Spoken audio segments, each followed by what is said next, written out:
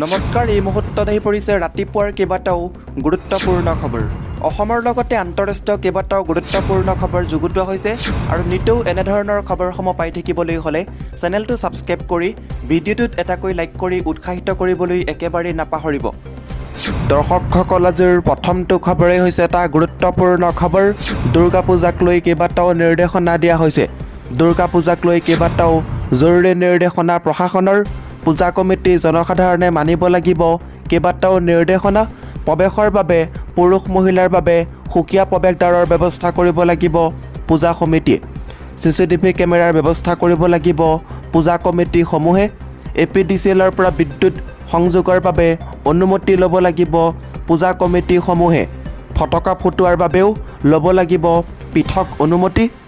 কোনো ঠাইত দেৱী বিসৰ্জন কৰিব সেয়াও অনুমতি বিচৰা আবেদনত উল্লেখ কৰিব লাগিব। তাৰ লগতে অগ্নি নিৰ্বাপক সামগ্ৰী ৰাখিব লাগিব পূজাস্থলীত।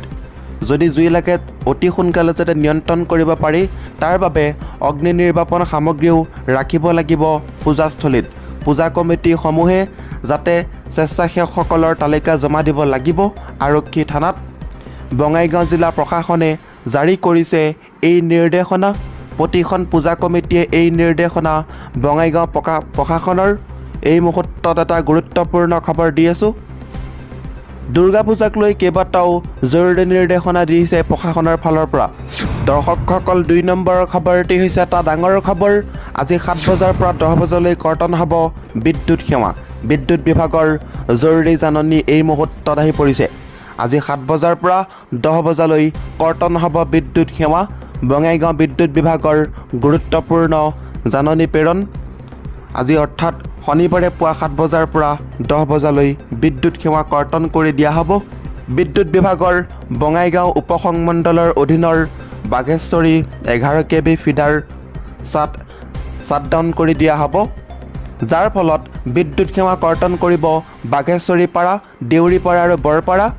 তাৰ লগতে সেউজীপাৰা, সূতাৰপাৰা, বাখাৰাপাৰ, শ্বহীদ বেদী আদি এলেকাত বন্ধ কৰি দিয়া হ'ব। বিদ্যুৎ বিভাগৰ জৰুৰী জাননী এই মুহূৰ্তত আহি পৰিছে। দৰ্শকসকল, 3 নম্বৰৰ খবৰটি হৈছে এটা ডাঙৰ খবৰ। 26,000 নিযুক্তিক লৈ আন এক বিস্ফোৰণ। 2টা কিস্তিত ধনৰ লেনদেন।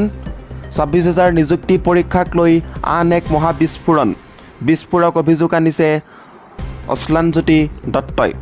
3য় বৰ্গৰ চাকৰিৰ বাবে প্ৰতিটো পদৰ বিনিময়ত 7 লাখ টকাকৈ উৎকোচ বিচৰাৰ অভিযোগ উত্থাপন হৈছে।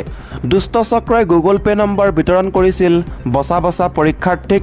2টা কিস্তিত ধন বিচাৰিছিল কোনো দুষ্ট চক্ৰই। একোটা পদত 7 পৰা 8 লাখ পৰ্যন্ত ধনৰ লেনদেনৰ অভিযোগ। ভিক্টৰ দাসৰ লগত জেৰাৰ সন্মুখীন হোৱা ছাত্ৰ অশ্লানজ্যোতি দত্তৰ এই মহা অভিযোগ। এজন দুজন নহয়, বহু প্ৰাৰ্থীয়ে দুষ্ট চক্ৰৰ ফোন।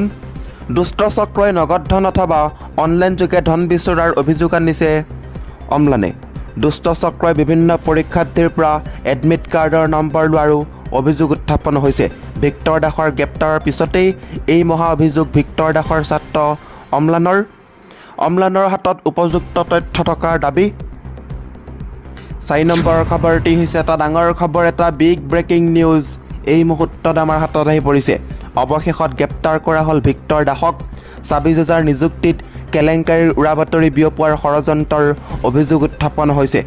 অৱশেষত ভিক্টৰ দাসক গ্ৰেপ্তাৰ কৰিলে অসম আৰক্ষীয়ে। আজি পুৱাৰ পৰা ভিক্টৰ দাসক জেৰা কৰি নিশা গ্ৰেপ্তাৰ কৰিলে ভিক্টৰ দাসক। অৰ্থাৎ যোৱাকালি গ্ৰেপ্তাৰ কৰা হৈছে ভিক্টৰ দাসক।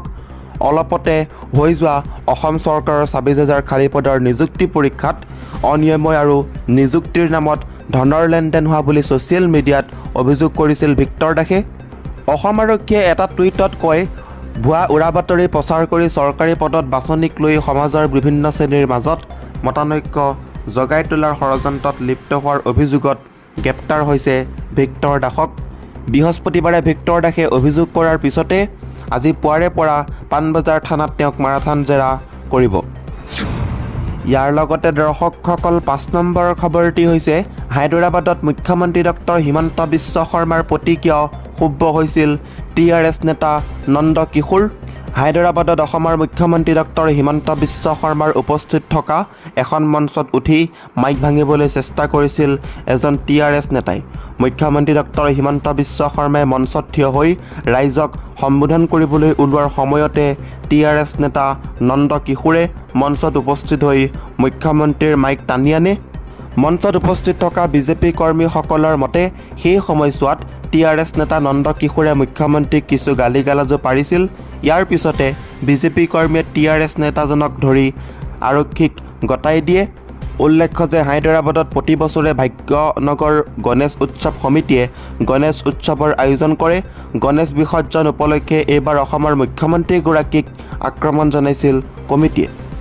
চাৰমিনাৰৰ সমীপত মোজ মাজাহী বজাৰ চৌহদত অনুষ্ঠিত হৈ থকা এই কাৰ্যসূচীত অংশগ্ৰহণ কৰিছিল মুখ্যমন্ত্ৰী ডক্টৰ হিমন্ত বিশ্ব শৰ্মাই। কিন্তু মঞ্চত TRS নেতা নন্দ কিশোৰ উঠি আহি মাইক ভাঙিবলৈ চেষ্টা কৰে। নন্দ কিশোৰে ডিঙিত পিন্ধিছিল গোলাপী ৰঙৰ গামোচা। ইয়াৰ পৰা স্পষ্টকৈ বুজা গৈছিল যে তেওঁ TRS দলৰ লোক আছিল, কিন্তু তেওঁক মঞ্চত উঠি মুখ্যমন্ত্ৰীৰ নিৰাপত্তা ভংগ কৰাত বাধা দিয়া নহ'ল। TRS নেতাজনে মঞ্চত মুখ্যমন্ত্ৰীৰ কাষত উপস্থিত হৈ মাইকটো ঘূৰাই দিয়ে। জানিব পৰা মতে নন্দ কিশোৰৰ লগতে তেওঁৰ সমৰ্থকসকলো সেই স্থানত আছিল। তেওঁলোকে TRSৰ মুখ্যমন্ত্ৰী K চন্দ্ৰশেখৰ ৰাওৰ সমৰ্থনত শ্লোগানো দিছিল। ইয়াৰ লগতে দৰ্শকসকল 7 নম্বৰ খবৰটি হৈছে এটা জঘন্য ঘটনা সংঘটিত হৈছে। আইচক্ৰীম দিম বুলি ফুচুলাই নি অপহৰণ কৰিলে 6 বছৰীয়া শিশুক। 1.5 লাখ টকাত বিক্ৰী কৰিবলৈ লওঁতেই নাহৰলগুণত কৰায়ত্ব অপহৰণকাৰী। অৰুণাচলৰ নাহৰলগুণৰ পৰা বিশ্বনাথ আৰক্ষীয়ে গ্ৰেপ্তাৰ কৰিলে 2 শিশু অপহৰণকাৰীক। আবু তাহিৰ আৰু ললিত কেওট নামৰ দুজনক গ্ৰেপ্তাৰ কৰিছে আৰক্ষীয়ে। ধৃত আবু তাহিৰৰ ঘৰ বিশ্বনাথ চাৰিআলিৰ 4 নং কুমলীয়াত বুলি জানিব পৰা গৈছে। বিশ্বনাথ চাৰিআলিৰ ফলফুলিৰ চাহিবুৰ ৰহমান নামৰ ব্যক্তিজনৰ ঘৰত ভাড়া থাকি শাক পাচলিৰ বেপাৰ কৰিছিল আবুৱে। আইচক্ৰীম দিম বুলি ফুচুলাই নি অৰুণাচলত বিক্ৰী কৰাৰ চেষ্টা কৰিছিল 6 বছৰীয়া এটি শিশুক। বেডেটিৰ বৰালিমুৰাৰ অৰূপ বৰুৱা নামৰ ব্যক্তিজনৰ জীয়ৰীক কৰিছিল অপহৰণ। বিশ্বনাথ চাৰিআলিৰ ফলফুলিৰ এঘৰত ভাড়াতীয়া হিচাপে আছিল অৰূপ বৰুৱা আৰু তেওঁৰ পৰিয়াল। অৰূপ বৰুৱাৰ ঘৰৰ সমীপতে আন এঘৰ লোকৰ ঘৰত ভাড়াত আছিল অপহৰণকাৰী আবু তাহিৰ। ঘৰত কোনো নথকাৰ সুযোগ গ্ৰহণ কৰি অপহৰণ কৰিছিল শিশুটিক।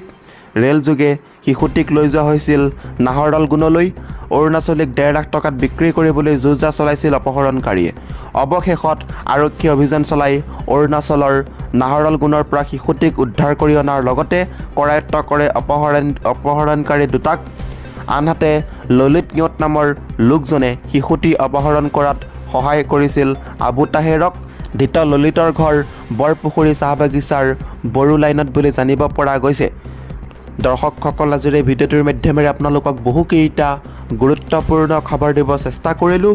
যদি খবৰকেইটা শুনি ভাল লাগিছে লাইক কৰিব, শ্বেয়াৰ কৰিব, চেনেলটো ছাবস্ক্ৰাইব কৰিবলৈ নাপাহৰিব। এনেকুৱা ধৰণৰ গুৰুত্বপূৰ্ণ খবৰ